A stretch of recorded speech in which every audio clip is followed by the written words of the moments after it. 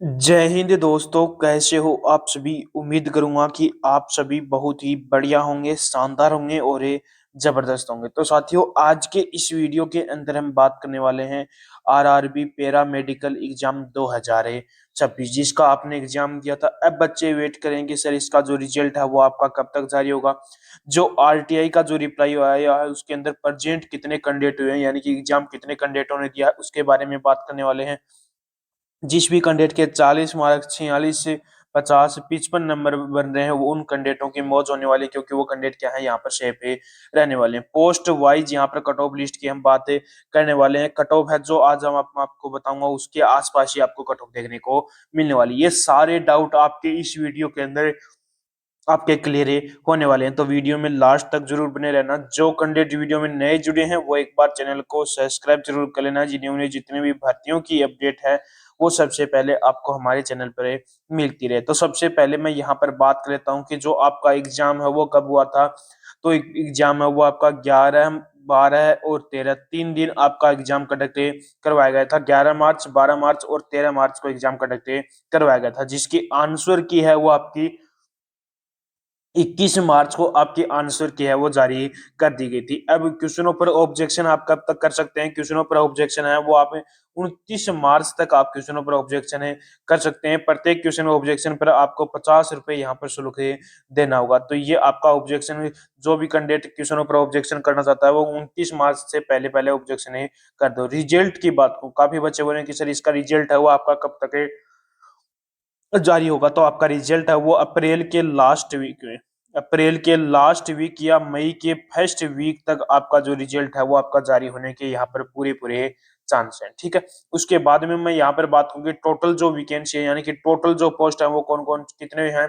434 यहाँ पर total vacancy है, जिनको अलग अलग पोस्टों वाइज आपका अलग अलग वैकेंसी वाइज आपका बांटा गया है। तो सबसे पहले बात करूं नर्सिंग सुपरिटेंडेंट की। नर्सिंग सुपरिटेंडेंट की जो पोस्ट है वो आपकी अच्छी खासी यहाँ पर पोस्ट है, 272 यहाँ पर नर्सिंग सुपरिटेंडेंट की पोस्ट है। फार्मिस्ट की बात करूं तो फार्मिस्ट की भी अच्छी खासी पोस्ट है, 105 के आसपास यहाँ पर फार्मिस्ट की पोस्ट।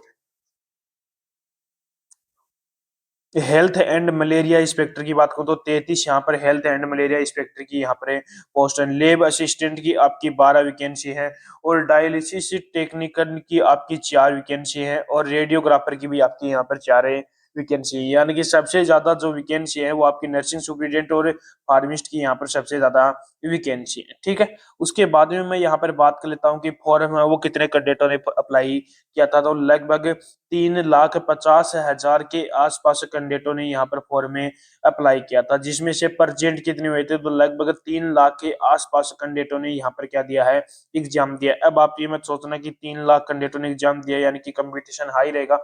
यानी कि ये नहीं है कि 3 लाख कैंडिडेटों ने एग्जाम दिया तो ये सारे कैंडिडेट ही इस भर्ती को लेकर सीरियस होंगे, नहीं।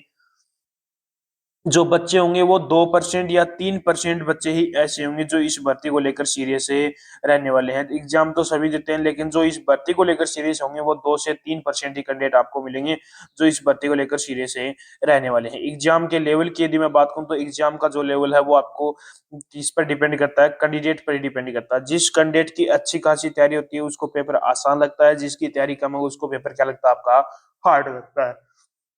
तो एग्जाम का जो लेवल है वो किस पर डिपेंड करता है, कैंडिडेट पर डिपेंड करता है। मॉडरेट टू आपका हार्ड एग्जाम का लेवल रहा है। ठीक है। उसके बाद में मैं यहाँ पर बात करूं तो क्वालिफाई मार्क्स से, यानी कि यदि इतने मार्क्स हैं तो आप कैंडिडेट क्या हो, यहाँ पर क्वालिफाई हो। ये नहीं कि आपका मेरिट लिस्ट के अंदर नाम आ जाएगा। मेरिट लिस्ट के अंदर नाम लाने के लिए आपको इससे भी ज्यादा आपको मार्क्स यहाँ पर लाने होंगे। यूआर और ईडब्ल्यूएस की यदि मैं बात करूं तो 40% मार्क्स होने चाहिए यदि आप इसके यूआर ओबीसी ईडब्ल्यूएस के अंदर, तब आप क्या हो यहाँ पर क्वालिफाई होने वाले हैं। ओबीसी और एससी की बात करो तो ओबीसी और एससी के अंदर 30% मार्क्स होने चाहिए, तब जाकर आप क्या हो यहाँ पर क्वालिफाई होने वाले हो। एसटी की बात करूं तो एसटी के अंदर 25 मार्क्स होने चाहिए, तब जाकर यहाँ पर भी आप क्वालिफाई होने वाले हो। तो ये हैं आपके क्वालिफाइंग मार्क्स। ये नहीं है कि आप यदि इतने मार्क्स है तो आप कैंडिडेट क्या हो, सेफ हो, नहीं। इतने मार्क्स हो तो आप क्वालिफाई हो, इससे ज्यादा मार्क्स होंगे तब जाकर आप क्या हो, कैंडिडेट सेफ है रहने वाले हो। ठीक है। उसके बाद में मैं यहाँ पर बात कर लेता हूँ जो हार्ड शिफ्ट है वो मॉडरेट शिफ्ट है, उनके अंदर कितने मार्क्स तक का यहाँ पर आपको नॉर्मलाइजेशन में फायदा देखने को मिलेगा। हार्ड शिफ्ट की बात करूं तो 12 मार्च की थर्ड शिफ्ट होगी आपकी 13 मार्च की फर्स्ट और थर्ड शिफ्ट हो गई और 11 मार्च की आपकी फर्स्ट शिफ्ट हो गई। ये शिफ्टें क्या हैं, आपकी हार्ड शिफ्ट हैं। यदि इन शिफ्टों के अंदर जिस भी कैंडिडेट ने एग्जाम दिया है तो उस कैंडिडेट को मिनिमम 9 मार्क्स और मैक्सिमम आपको 9, किसी शिफ्ट में 9 मार्क्स, किसी शिफ्ट में 10, किसी शिफ्ट में 11 मार्क्स और किसी शिफ्ट में 14 मार्क्स तक का यहाँ पर आपको नॉर्मलाइजेशन में फायदा देखने को मिलने वाला है इन शिफ्टों के अंदर। इन 4 शिफ्टों के अंदर जिस भी कैंडिडेट ने एग्जाम दिया तो कोई शिफ्ट में आपको 9 मार्क्स मिलेगा, कोई शिफ्ट में 10, कोई शिफ्ट में 11, कोई शिफ्ट में 14 मार्क्स तक का यहाँ पर आपको नॉर्मलाइजेशन में फायदा देखने को मिलने वाला है। अब मैं बात करूं मॉडरेट शिफ्ट आपकी कौन कौन सी है। मॉडरेट शिफ्ट की यदि मैं बात करूं तो मॉडरेट शिफ्ट के अंदर आपको कौन कौन सी 11 मार्च की सेकंड और थर्ड शिफ्ट हो गई, 13 मार्च की सेकंड शिफ्ट हो गई, 12 मार्च की फर्स्ट और सेकंड शिफ्ट हो गई। ये शिफ्ट क्या है, आपकी मॉडरेट है। यदि इन शिफ्टों के अंदर यदि जिस भी कैंडिडेट ने एग्जाम दिया है तो उस कैंडिडेट को मिनिमम आपको मान के चलो 4 मार्क्स और मैक्सिमम आपको 8 मार्क्स तक का यहाँ पर नॉर्मलाइजेशन में फायदा देखने को मिलने वाला है। अब आप यहाँ पर देख लेना कि हार्ड शिफ्ट को में एग्जाम दिया या मॉडरेट शिफ्ट के अंदर एग्जाम में दिया है। अब मैं बात कर लेता हूं जो आपकी सटीक है कट ऑफ क्या रहने वाली। तो सबसे पहले हेल्थ एंड मलेरिया इंस्पेक्टर की यदि मैं बात करूं तो सबसे पहले यूआर कैटेगरी की बात करता हूं। तो यूआर कैटेगरी से जिस भी कैंडिडेट के 73 से 75 के बीच मार्क्स बन रहे हैं तो वो कैंडिडेट क्या है यहाँ पर शेप है रहने वाले हैं। ओबीसी की बात करूं तो ओबीसी के अंदर जिस भी कैंडिडेट के 70 से 72 के बीच मार्क्स बन रहे हैं तो वो कैंडिडेट भी क्या है यहाँ पर शेप है रहने वाले हैं। ईडब्ल्यूएस की बात करूं तो ईडब्ल्यूएस के अंदर जिस भी कैंडिडेट के 66 से 69 के बीच में मार्क्स बन रहे हैं तो वो कैंडिडेट भी क्या है यहाँ पर शेप है रहने वाले हैं।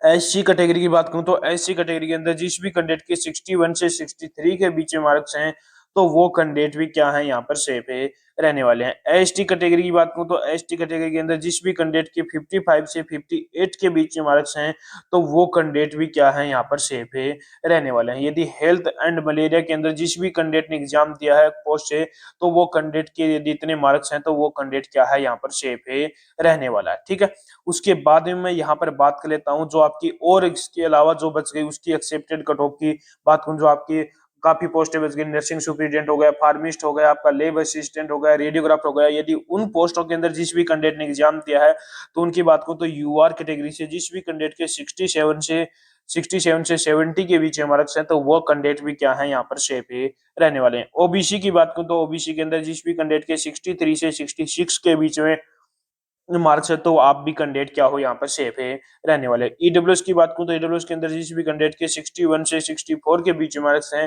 तो वो कैंडिडेट भी क्या है यहाँ पर सेफ है रहने वाले हैं। एससी कैटेगरी की बात करूं तो एससी कैटेगरी के अंदर जिस भी कैंडिडेट के 54 से 56 के बीच में मार्क्स हैं तो वो कैंडिडेट भी क्या है यहाँ पर सेफ है रहने वाला है। एसटी कैंडिडेट की बात करूं तो एसटी कैंडिडेट के अंदर जिस भी कैंडिडेट के 48 से 50 के बीच में मार्क्स हैं तो वो कैंडिडेट भी क्या है यहाँ पर सेफ है रहने वाले हैं। यदि आपके इतने मार्क्स बन रहे हैं तो आप कैंडिडेट क्या हो यहाँ पर सेफ है रहने वाले हो। तो मैंने आपको यहाँ पर पूरी डिटेल यहाँ पर मैंने बता दी है।